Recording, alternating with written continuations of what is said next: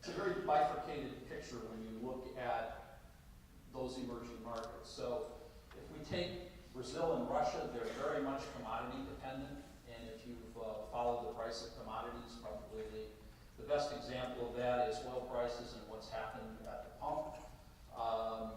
That significant decline in commodity prices and just the lack of demand for commodities because of the global slowdown has certainly significantly impacted their economies. And then if you look at China and India, they face a different set of challenges. Traditionally or historically, jobs have gone there as a result of the cheap labor sources that they have, but now things have improved enough there where wages are actually rising, and what's not happening is productivity isn't picking up. As we look at the unit labor costs for manufacturing jobs in the United States, it's a combination of the wages and the productivity gains that our workers get to realize on the job.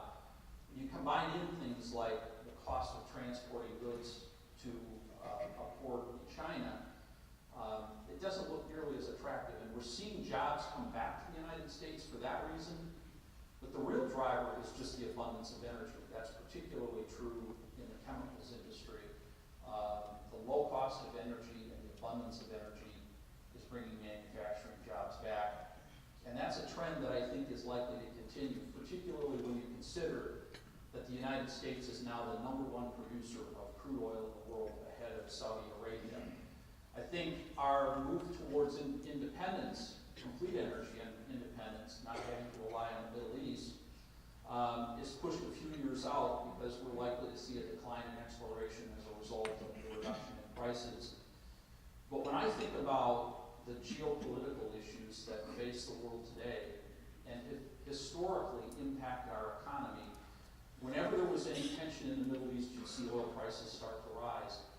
We've really seen a sea change there.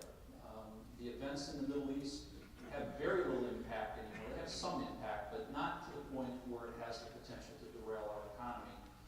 And it would be to our advantage to continue to work towards energy independence, to support in the long run a stable growth of our economy, but also national security.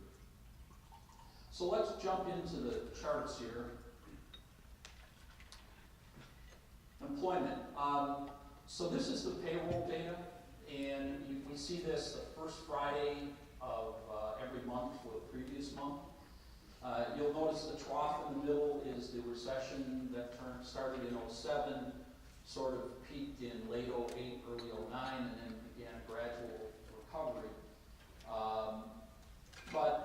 And then the unemployment rate, which is released at the same time, is the green line that you see going into the chart. So we've got job creation moving up. That would be the bar graph. And unemployment coming down. It ticked up slightly last Friday at 5.7, but we added 257,000 jobs.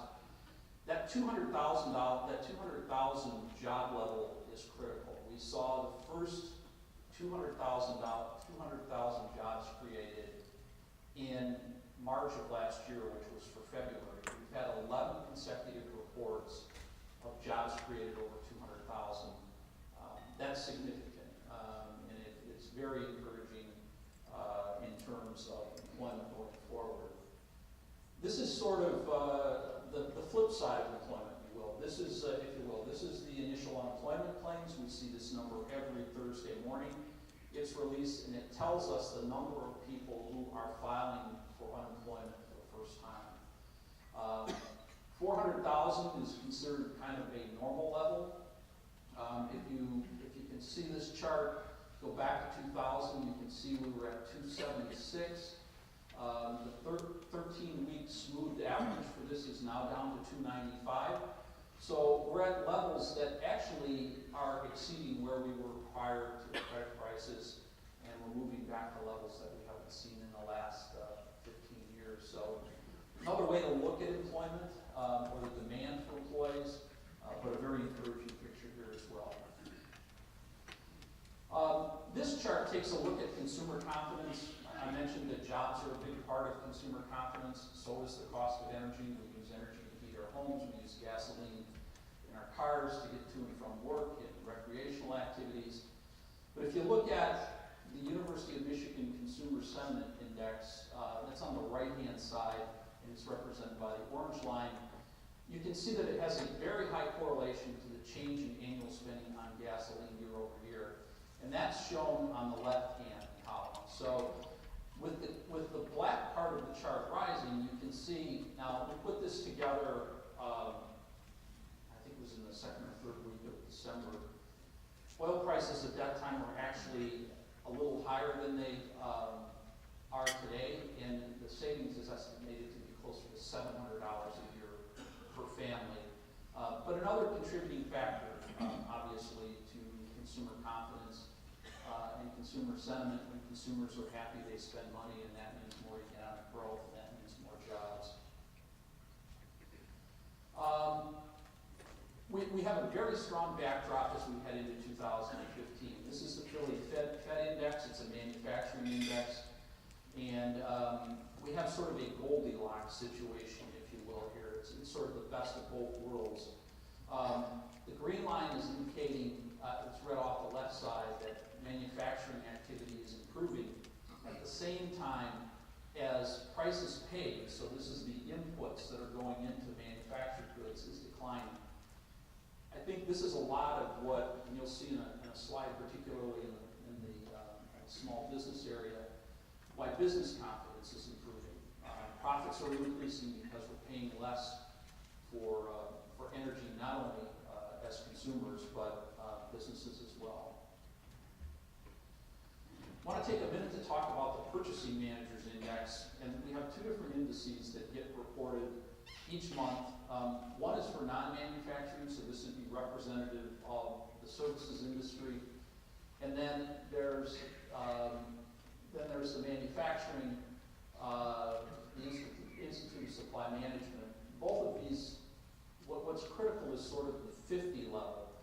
As long as that index is above 50, it means that there's expansion in terms of purchasing activities at the national level. And you can see that both of these are well positioned and actually increasing.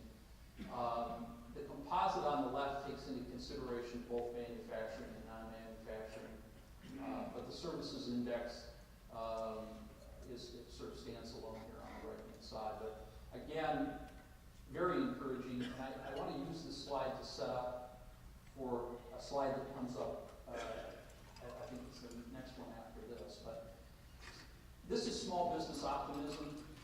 It comes from the National Federation of Independent Businesses. It's a survey of their members.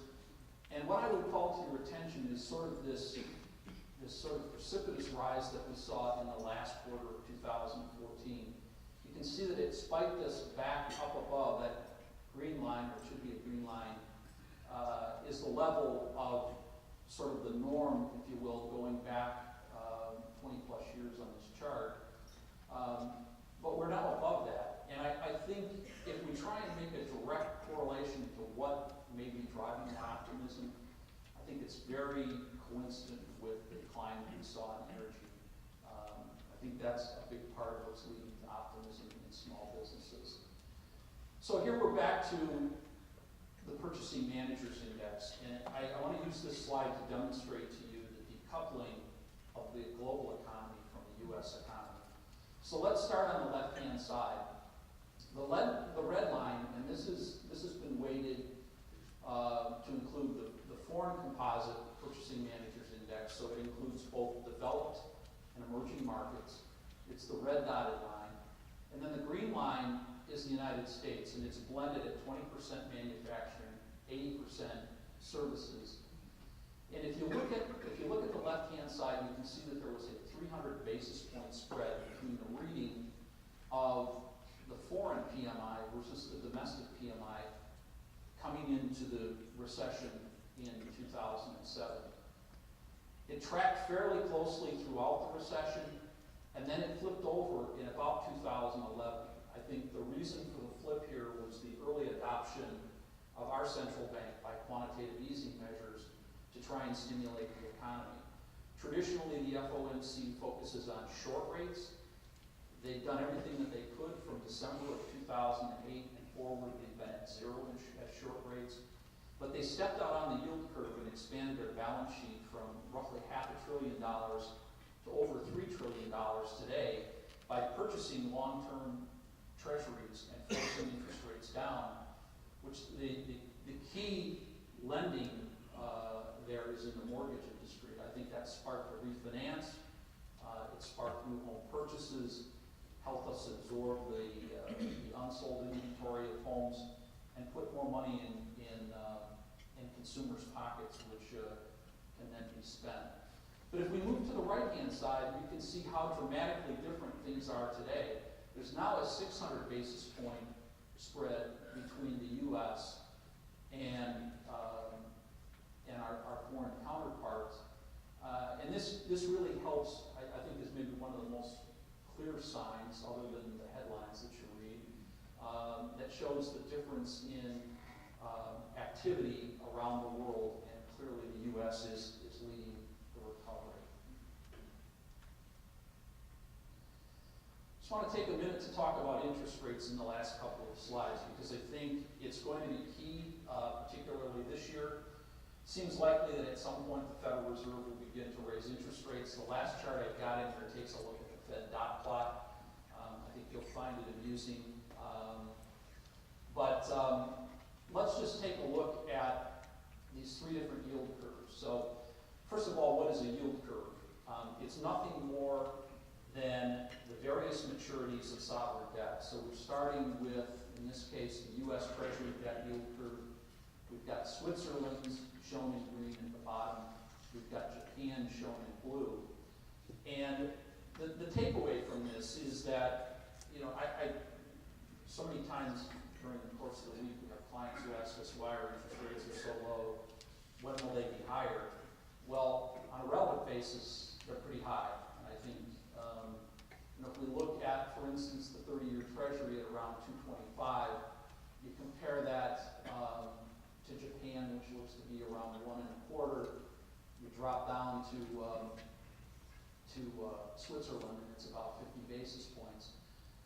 But one of the points that I think is worthy of consideration here is that why would anybody, if you look at Switzerland, and maybe it's easier to read if you look at the chart on the bottom, but everything that's 10 years in, and actually it's now 11 years, has a negative return on it. So you're giving Switzerland your money for 11 years, and you'll get back less than what you gave them. Well, there's two reasons for it. I think one is there's been a flight to quality. There's this, again, this concern about deflation.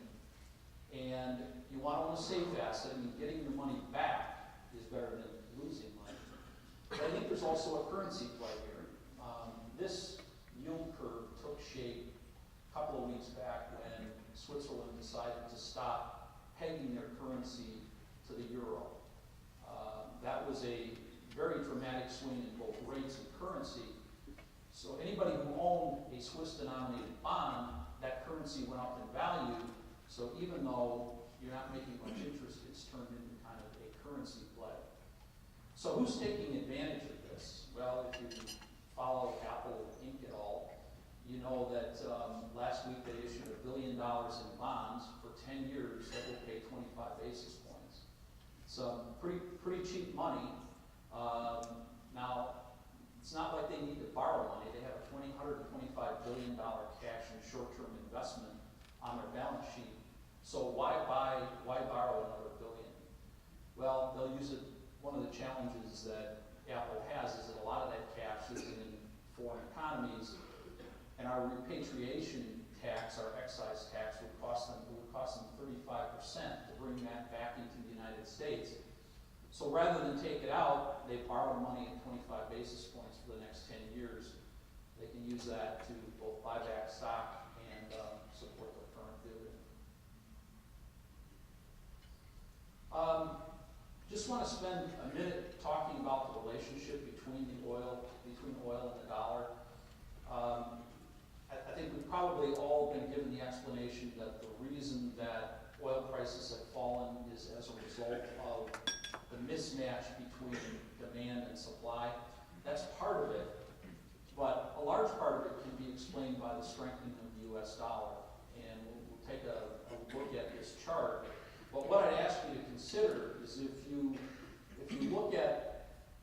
prices, which are shown by the red line, and you look at the dollar, and this is the dollar against the G6 currency basket. So three major economic powers that all have their own currency. We pull the dollar out of it, we compare it to the six remaining major currencies, and then we track the value of the dollar against that. You can see we've gone from roughly 80 to 125. So against that basket, as recently as mid-year, we were at about 80 cents to that G6 basket. Today, we're at 125 or about 25. So when we go into the world market to buy oil, we're buying it with $1.25 instead of 80 cents, which has driven down the price. It's been a contributing factor. It's hasn't led to all of the decline.